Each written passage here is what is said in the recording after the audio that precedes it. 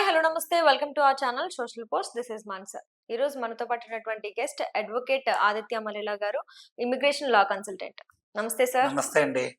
Sir, మనకి gold card visa అనేది ఒకటి ఇంట్రడ్యూస్ చేశారు. యాహ్! అది ఓకే. బట్ లా పరంగా చూసుకుంటే EB5 వీసా అనేది ఎలా ప్రొటెక్ట్ అవుతుంది?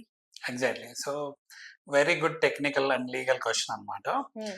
సో, అందరికీ ఉన్న డౌట్ ఏంటి అంటే, ఈ గోల్డ్ కార్డ్ వీసా అనౌన్స్ చేశారు కదా!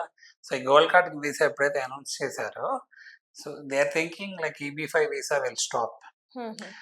పాయింట్ ఏంటి అంటే, ఎప్పుడు లీగల్‌గా వాట్ ఆర్ ద లీగాలిటీస్ అనేది మాట్లాడుకోవాలి. Because it's a very important vast subject. And ఏంటంటే it deals with lot of specificalities and technicalities కాబట్టి అందులో ఏంటంటే యుఎస్ రిలేటెడ్ అనగానే ఎప్పుడు లీగల్ ఫ్రేమ్ వర్క్ అనేది చాలా రెగ్యులేటెడ్గా ఉంటుంది డెఫినెట్గా.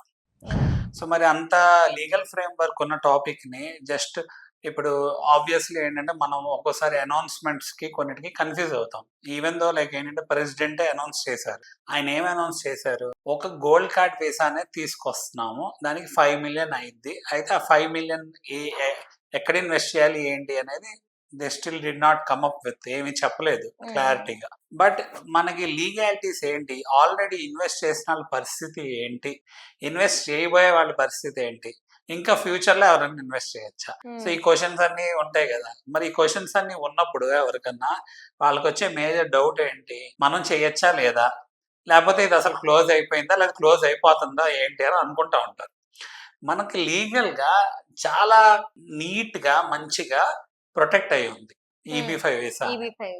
సో ఎందుకు ప్రొటెక్ట్ అయి ఉంది, మనకి లా అనేది మనకి పార్లమెంట్ ఎలా అయితే ఉంటుందో అక్కడ కాంగ్రెస్ లోకి వెళ్ళి కాంగ్రెస్ లో పాస్ అయ్యి వచ్చింది. సో మనకి హౌస్ ఆఫ్ సెనేట్స్ రిప్రజెంటేటివ్స్ అంటే రాజ్యసభ లోక్సభ ఎలా అయితే ఉన్నాయో అప్పర్ హౌస్ లోవర్ హౌస్ అలా ఆ టైప్ లో అదంతా పాస్ అయ్యి అప్రూవ్ అయ్యి మనకి ఏంటంటే ఎనాక్ట్ అయ్యి లా రూపంలో ప్రొటెక్టెడ్ గా ఉంది EB5 వీసాకి related. So EB5 visa అసలు ఎందుకు ఇంపార్టెంట్, ఎందుకు ప్లే లోకి వస్తుంది ఎంతసేపు, మరి ఫాస్ట్ గా ఎవరికన్నా గ్రీన్ కార్డ్ కావాలి, నేను యుఎస్ లో సెటిల్ అవ్వాలి అంటే నాకు మ్యాండేటరీగా గ్రీన్ కార్డ్ కావాలనుకుంటారు. మరి గ్రీన్ కార్డ్ కావాలి అనుకున్నప్పుడు ఫాస్ట్గా వచ్చే మార్గాలు ఏమున్నాయంటే త్రూ ఇన్వెస్ట్మెంట్ EB5 వీసా అనేది ఉంది. మరి దానికంటే ఇంకా బెటర్ ఆప్షన్స్ ఏమైనా ఉన్నాయా అంటే లేవు, మిగతా అన్ని వెయిటింగ్ లిస్ట్లో ఉన్నాయి. ఇది ఒక్కటే కరెంట్ లిస్ట్లో ఉంది ఆ గ్రీన్ కార్డ్ రావడానికి.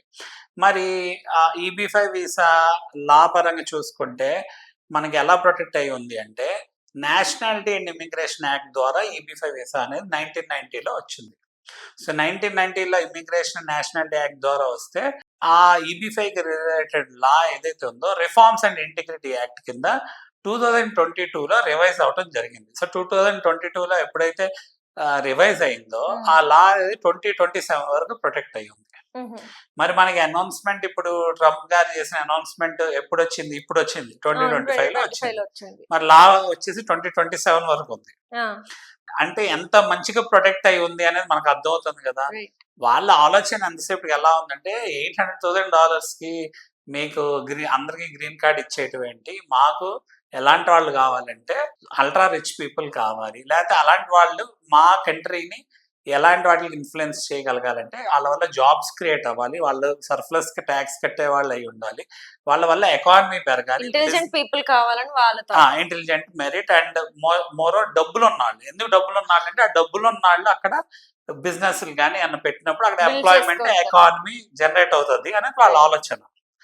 అలాంటి వాళ్ళు అయితే వరల్డ్ వైడ్ గా ఇష్టపడతారు, ఎందుకంటే యుఎస్ కూడా ల్యాండ్ ఆఫ్ ఆపర్చునిటీస్ కాబట్టి మేము అలాంటి వాళ్ళకి ఇన్వైట్ చేస్తున్నాం. అందుకే $5 మిలియన్ తో గోల్డ్ కార్డ్ వీసా అనేది తీసుకురాబోతున్నాము. అది it will have equivalent privileges equivalent to green card or pathway to citizen, express pathway to citizenship అవ్వచ్చు అని చెప్తున్నారు. మరి మనకి 2022 నుంచి 2027 వరకు EB5 వీసా లా ఏమని ప్రొటెక్ట్ అయి ఉందంటే, ఈ లాలో $800,000తో అంటే like 8 crores which is like again ఈ 8 crores మనకి వెనక్కి వస్తాయి మన ప్రాజెక్ట్లో ఇన్వెస్ట్ చేశాక. అఫ్ కోర్స్ ఏంటంటే కమర్షియల్ ఎంటర్ప్రైజ్లోకి వెళ్తున్నాయి కాబట్టి the money is to be deemed to be at risk. But ఏంటంటే ఆబ్వియస్గా మనకి లీగల్ డాక్యుమెంటేషన్ ఉంటుంది. ప్లస్ ఏంటంటే ఏదైతే ప్రాజెక్ట్స్ మనం ఇన్వెస్ట్ చేస్తున్నాం ఆ ప్రాజెక్ట్స్లో సెక్యూరిటీ సేఫ్టీ ఎలా క్రియేట్ అయ్యి ఉంటుంది, ఎలా ప్రొటెక్ట్ అయ్యి ఉంటుంది, ఏముంటుంది, లీగాలిటీస్ ఏంటి, షూరిటీస్ ఏంటి, ఇవన్నీ కూడా ప్రతిదానికి లీగాలిటీస్ ఉంటాయి. సో 2022 నుంచి 2027 వరకు లా ఉంటే దాంట్లో ఏం చెప్తుందంటే 2026 లోపల ఎవరైతే అప్లై చేస్తారో వాళ్ళ అప్లికేషన్స్ అన్ని 2027 వరకు ప్రాసెస్ అవుతాయి, ఇబ్బంది లేదు అని చెప్పి చెప్తున్నారు. మరి ఇన్వెస్ట్ చేసుకున్న వాళ్ళకి మంచి గుడ్ ఛాన్స్ కదా. ఎందుకు అంటే 2026 లోపల మీరు ఇన్వెస్ట్ చేసుకోలేకపోయారు అనుకోండి, మరి you might lose that option. ఎందుకంటే $800,000 వాళ్ళు వస్తుంది. రేపు ఒకవేళ ట్రంప్ ఈ లాని రివైజ్ చేయలేదు అనుకోండి, ఎందుకంటే 2027 అది కూడా ఆయనే ఉంటారు కదా, రివైజ్ చేయకుండా అంటే రెన్యూ చేయలేదు అనుకోండి, అప్పుడు ఏంటి పరిస్థితి? 5 million కట్టుకోవాలి మీరు. 5 million అంటే ఎంత? 50 crores లేదా 43.5 crores అనుకోండి, డోంట్ ఫిగర్ 50 crores. 50 crores ఎవరు కట్టుకోగలరు? Ultra rich people or like super creamy layer people మాత్రం. లేకపోతే అక్కడ మీరు ఉండొచ్చు, బట్ గ్రీన్ కార్డ్ స్టేటస్ ఏంటి? ఇప్పుడు యుఎస్ లో ఉండటం వేరు, యుఎస్ లో డిఫరెంట్ వర్క్ వీసాస్ మీద వర్క్ చేసుకుంటాం వేరు, టెంపరీ వర్క్ వీసాస్ మీద వర్క్ చేసుకుంటాం వేరు, లేకపోతే ప్రాజెక్ట్స్ ఏమైనా ఉంటే ప్రాజెక్ట్ రిలేటెడ్ స్పాన్సర్ చేసిన వీసాస్ మీద వర్క్ చేసుకోవచ్చు, ఎవరు ఏం ఆపరు, ఇబ్బంది ఉండదు.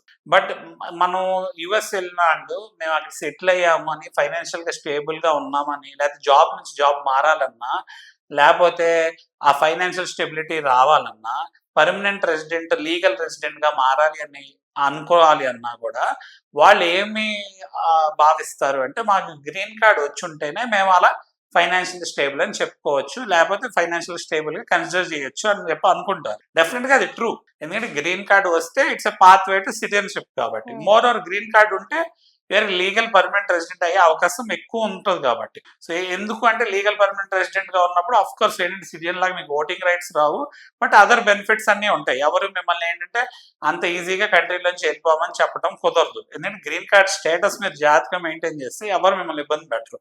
సో మరి ఆ గ్రీన్ కార్డ్ EB-5 వీసాలో ఫాస్ట్ గా వస్తుంది. నేను చెప్పినట్టు ఏంటంటే నెక్స్ట్ 1.5 year or 2 years లోనే మనకి కండిషనల్ గ్రీన్ కార్డ్ వచ్చేస్తుంది. Permanent resident green card 4 to 5 years లో వచ్చేస్తుంది. సిటిజన్షిప్ ఏమో 7 to 8 years లో వచ్చేస్తుంది. సో అందుకని ఈ లా ఇలా ప్రొటెక్ట్ అయి ఉంది ఆల్రెడీ, సో ఇబ్బంది ఏం లేదు. సో మరి గోల్డ్ కార్డ్ వీసా ద్వారా ఏమైనా లా తీసుకురావాలన్నా వాళ్ళు ఏం చేయాలి? They need to come up with what the enactment would be. లేకపోతే ఈ లా నేను రివైజ్ చేయాలనుకోండి, మరి వాళ్ళకి upper house, lower house, house of senates, representatives లో ఎంత పాస్ అయ్యే మెజారిటీ అయితే లేదు. అలానే ఈ లా ప్రొటెక్ట్ అయి ఉంది, ఎందుకంటే లాలో కూడా గ్రాండ్ ఫాదరింగ్ క్లాస్ ఏం చెప్తుందంటే క్లియర్ కట్ గా ఈ లాని ఏదైనా అమెండ్ చేసినా, లేకపోతే మీరు లాని ఒకవేళ ఫర్దర్ గా రెన్యూ చేయకపోయినా ఎగ్జిస్టింగ్ ఆల్రెడీ చేసుకున్న వాళ్ళు, చేసుకోబోయే వాళ్ళు ప్రొటెక్ట్ అయి ఉంటారు. చేసుకోబోయే వాళ్ళంటే నేను చెప్పి 26 లోపల చేసుకోబోయేవాళ్ళు. సో వెల్ ఎస్టాబ్లిష్డ్ గా ఉంది, క్లియర్ కట్ గా. అదనమాట. చాలా మంచి ఇన్ఫర్మేషన్, మాకు ఆడియన్స్ కి ఎంత మంచి ఇన్ఫర్మేషన్ షేర్ చేసినందుకు thank you so much. Thank you అండి.